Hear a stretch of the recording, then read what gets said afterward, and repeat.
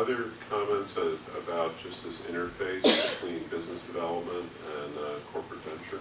So Michael is looking at me because I had suggested that when I get invited to the same talk in San Diego, I frequently talk about all the phenotypes as opposed to just the Lilly Venture phenotype. And so what I would suggest to you is that the Genzyme model, and this is the first time I've heard it now, 3-4 years out, it's really on, it's exciting.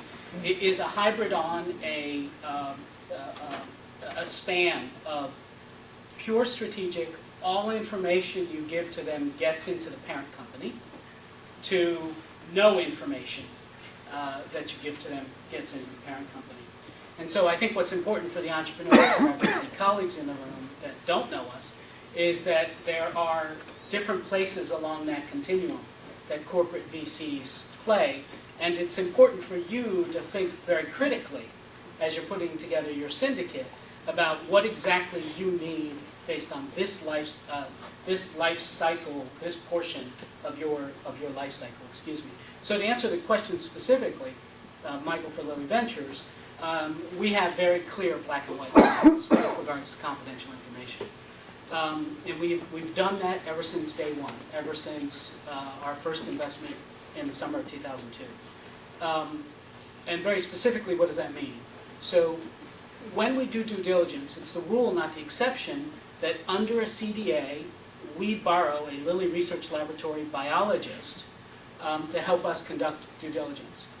We sit down with the CEO or his or her CSO and ask the question about conflicts before we go and recruit that person. Because if there's any sensitivity there, that's just a bridge we won't cross. It's just not worth it. And so we'll actually do biology on the outside, like a traditional fund. But again, 95% of the time, for the last 4 or 5 years, we're using a Lilly biologist just for the due diligence phase of the investment. Chemistry, we do it completely on our own, with our own consultants or inside. And then post-investment, because we're a director, we're subject to the same laws as any other director with regards to duty of loyalty, duty of confidentiality, and fiduciary duty. We take that very, very seriously. It's interesting, people wonder about how seriously you take that. And one of the things I heard one of my colleagues say once, years ago, which just resonated with me, I've repeated a dozen times since then.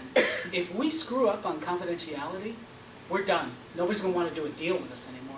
So we probably worry about confidentiality as much or more than the CEOs do.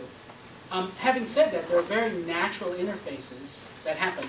So when a company matures, when the CSO or the VP of Biz Dev says, we're ready for prime time, it is a rule, not the exception, that we are introducing them into Lilly.